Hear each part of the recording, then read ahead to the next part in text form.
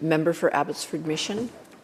Madam Speaker, across British Columbia, families, service providers, and advocates are stepping forward with courage, not just for their own children, but for every child who depends on these supports to grow, learn, and participate in their communities. And right now, I want to honor each community for standing up for all children.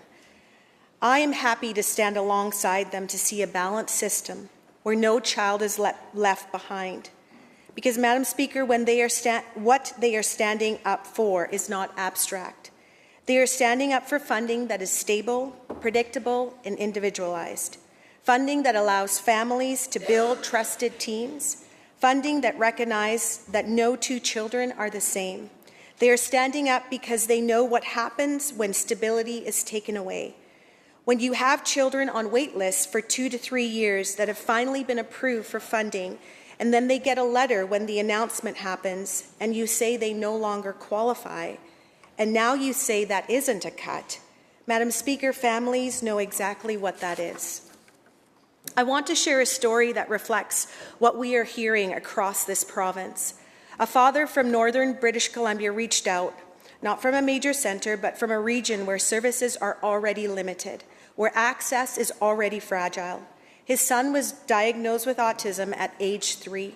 Like so many families, they did everything they were told to do. They sought early intervention, they moved communities to access better services, they built a care team over time. Today, that child is 10 years old. For the past 5 years, he has worked with the same interventionists, one consistent person, one trusted relationship, one place where progress has been built slowly and meaningfully.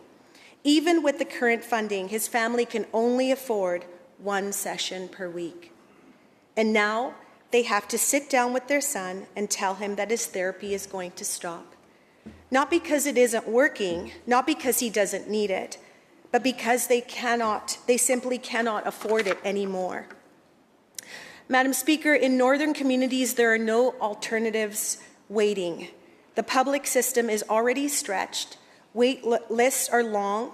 This is what happens when policy is announced before systems are built.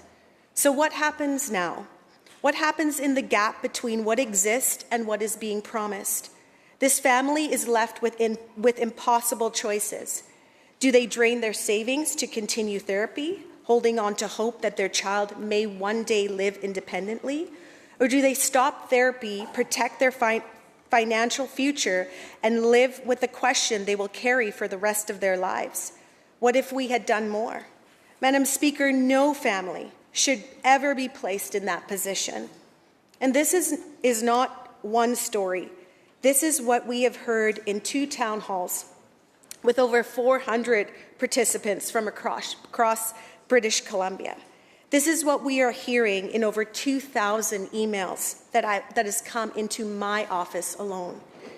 Parents are exhausted, professionals who are warning us, communities that are telling us clearly that the math is not adding up.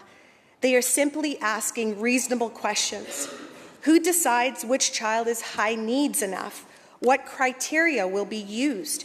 Who is doing the assessments, and are they qualified? Where is the workforce coming from when we are already experiencing shortage? What happens to children in rural communities where services do not exist?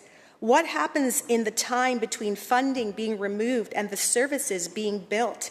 Madam Speaker, these are not political questions. These are practical questions, and right now, families are not getting the answer.